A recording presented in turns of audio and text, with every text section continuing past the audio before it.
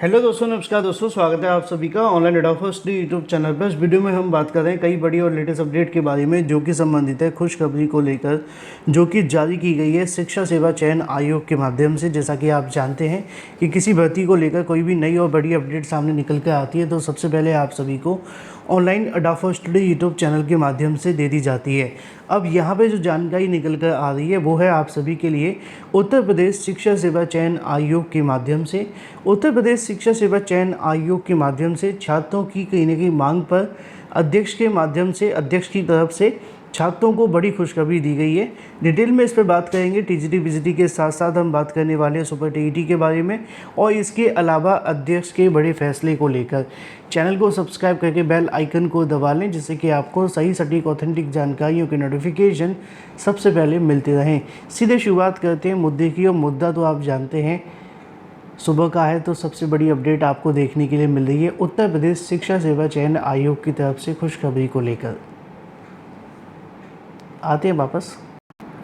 दोस्तों, काफ़ी लंबे समय से मैं अभ्यर्थियों को देख रहा था, सबसे ज़्यादा सवाल देखने के लिए मिल रहे थे कि सर यूपीएससी जो कनिष्ठ सहायक की आपकी वैकेंसी निकाली गई है उसके लिए बेस्ट बुक कौन सी रहेगी जिसके साथ अगर हम प्रिपरेशन करें तो आपका सिलेक्शन हो जाए। तो ये बुक आप सभी के सामने निकल कर आ गई है जो कि चक्षु प्रकाशन की है। और इस बुक को मैंने जिस तरीके से रीड किया है, जिस तरीके से एनालाइज किया है, उसके आधार पर मैं ये कह सकता हूँ कि अगर आप इस बुक के साथ प्रिपरेशन करते हैं तो आपका सिलेक्शन हो जाएगा, क्योंकि बुक के अंदर जो आप सभी को कंटेंट दिया गया है वो 100% आपके सिलेबस पे आधारित है।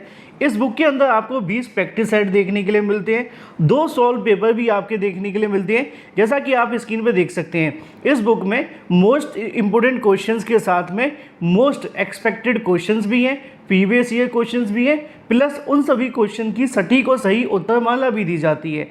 इतना ही नहीं, अगर आप चक्षु प्रकाशन की जूनियर असिस्टेंट की बेस्ट बुक के साथ में उत्तर प्रदेश सामान्य ज्ञान भी आपको देखने के लिए मिलता है जो कि आप सभी के लिए और भी ज़्यादा इंपॉर्टेंट है। और अगर आप इन दोनों के साथ प्रिपरेशन करते हैं तो फिर इस बार आप सभी को जूनियर असिस्टेंट बनने से कोई नहीं रोक सकता। लिंक मैंने आपको वीडियो की डिस्क्रिप्शन में दे दिया। आप अमेजॉन, फ्लिपकार्ट या किसी भी ऑनलाइन वेबसाइट से ले सकते हैं या आप अपने नज़दीकी स्टोर पर जाकर भी परचेज कर सकते हैं। तो देर किस बात की, अभी जाएँ। चलिए, आप सभी के लिए जो जानकारी है वो है शिक्षा सेवा चयन आयोग की तरफ से। इन दिनों शिक्षा सेवा चयन आयोग बहुत सारी चीज़ों में घिरा हुआ है और बहुत सारे डिसीज़न जो है वो उनको लेने हैं। चाहे वो अगर बात की जाए उत्तर प्रदेश शिक्षा सेवा चयन आयोग के सामने चल रहे तमाम तरीके के धरना प्रदर्शन हो।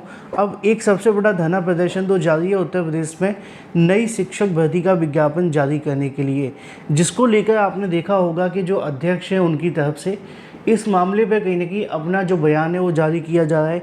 अभी कल परसों मैंने एक वीडियो भी डाला था जिसमें आपको दिखाया था कि जो उत्तर प्रदेश शिक्षा सेवा चयन आयोग की अध्यक्ष हैं कीर्ति पांडे मैम, उनकी तरफ से अभ्यर्थियों से मुलाकात की गई। मुलाकात के क्रम में उन्होंने बताया कि जो आपकी मांगें हैं इनको लेकर शासन के साथ में वार्ता की जा रही है और शासन का भी कहीं न कहीं इसको लेकर जो रुख है वो स्पष्ट है कि आपकी जो मांग है उसको कंप्लीट कर दिया जाए।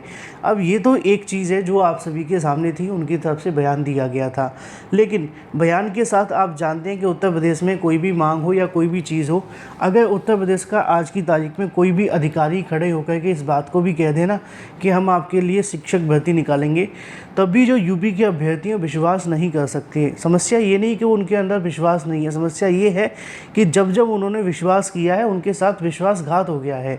क्योंकि 17,000 शिक्षक भर्ती की बात कर ली जाए, 51,000 की बात कर लो, या जो भी आज तक आंकड़े निकले 27,000 को लेकर, वो कभी पूरे हुए नहीं हैं। और ये कहीं ना कहीं उनके अंदर कह सकते हैं कि एक अविश्वास हो गया है, चाहे वो सरकार के प्रति हो या उनके अधिकारियों के प्रति।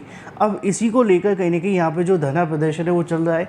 अब इसके संबंध में उत्तर प्रदेश के शिक्षा सेवा चयन आयोग के माध्यम से एक बड़ा फैसला लिया गया है। पहले उस पर आते हैं।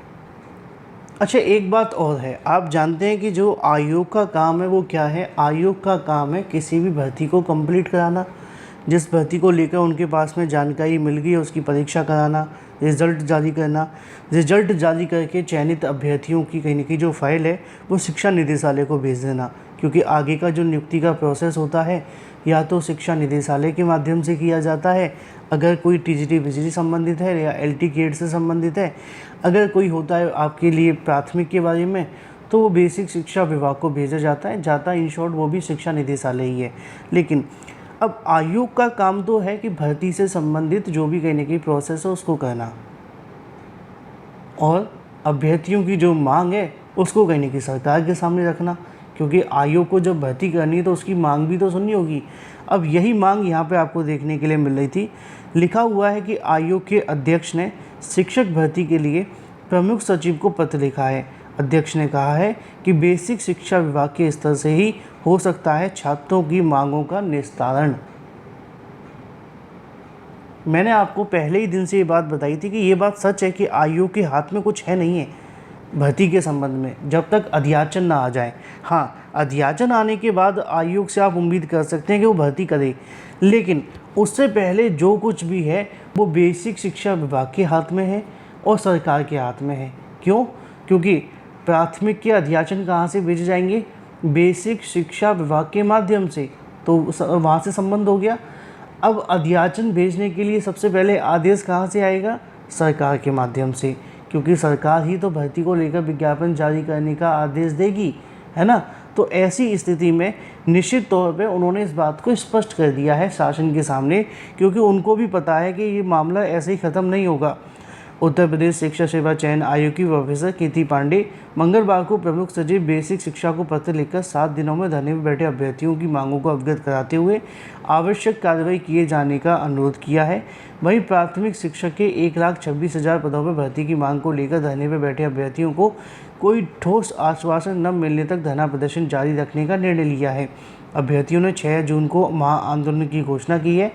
आयोग की ओर से यह स्पष्ट किए जाने के बाद बेसिक शिक्षा विभाग के अध्याचन न मिलने के कारण भर्ती का विज्ञापन जारी नहीं किया जा सकता। अभ्यर्थी धरना स्थल से हटने को तैयार नहीं है।